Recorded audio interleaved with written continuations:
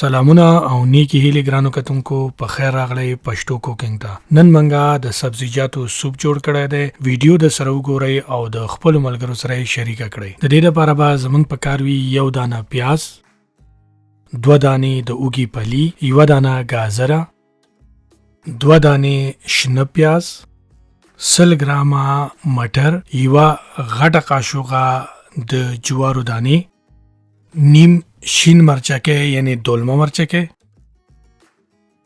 او 100 ګرامه بند ګلپي یعنی کرم.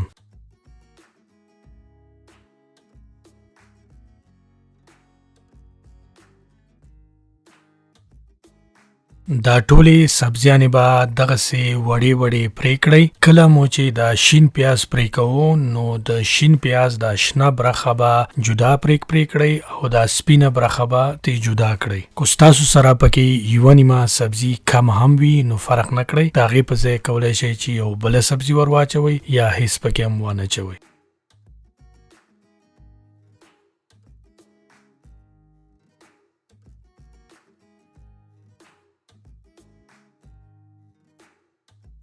دوه غټې قاشوغې د خوراک تیل به یو لوښي ته ور واچوئ او تاوده به یې کړئ.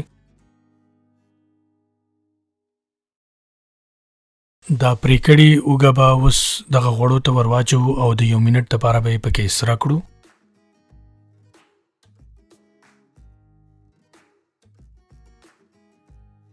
پرېک شوی پیاز به ورته اوس ور واچوو او دا به هم د 1 منټ دپاره سره کړو.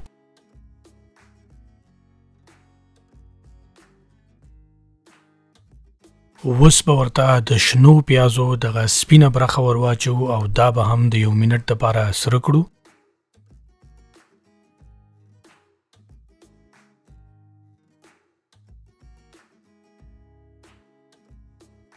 ګازرې، بند ګوبي یعنی کرم،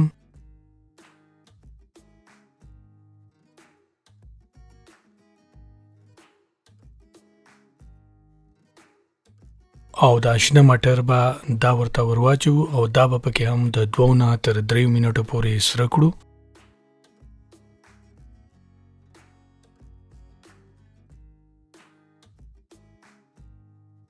اوس به ورته یوه غټه قاشوغه سپینه سرکه ور واچوو او تر 5 منټو پورې به دا پکې هم سره کړو.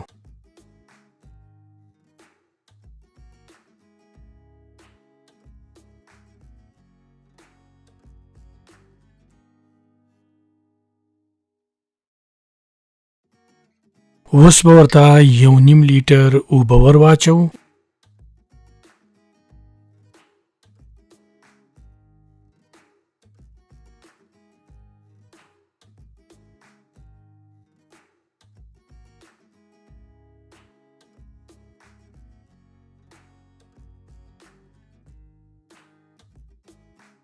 یو دانه چیکن کیوب هغه شی دی لکه د چرګ مزه. کو کوم ورونه او خویندې په دې باندې نه پوهیږي چې چیکن کیوب څه شی دی نو په ګوګل کې دې سرچ کړي ورته به معلومه شي. نو دا به پکې ور واچوو او وبه یې لړو. سر به پې کېږدو د 10 نه تر 15 منټو پورې چې ښه پکې وخوټ کېږي.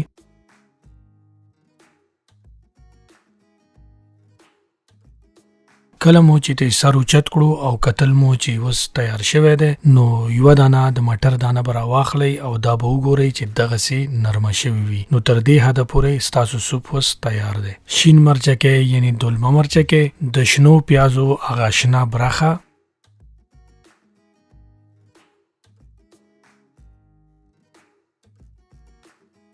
او د جوارو دانې،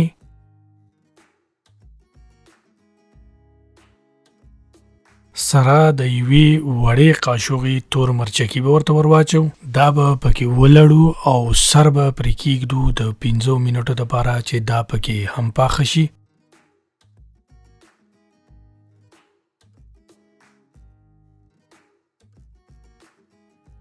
دی بل طرف ته به اوس تیله کارنفلور جوړ کړو. نو 2 غټې قاشوغې کارنفلورو کې به اوبه واچوو او ښه به یې پکې ولړو چې غوټې پکې پاتې نه شي. کم خلک چې کارنفلور نه پیژني نو هغوی کولی شي چې په ګوګل کې سرچ کړي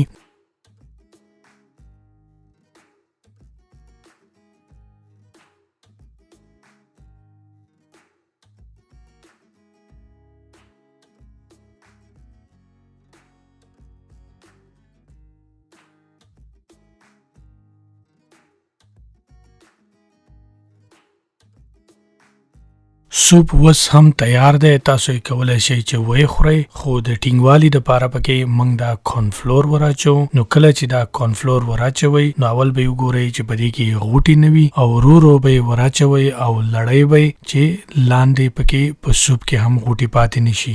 نو تر څو پورې چې کورنفلور وراچوئ سمسۍ به همدغه شان خوځوئ چې غوټې درنه پکې پاتې نه شي. اوس به یې د 15 منټو دپاره په کم اور باندې پرېږدو چې دا کورنفلور پکې هم پاخه شي.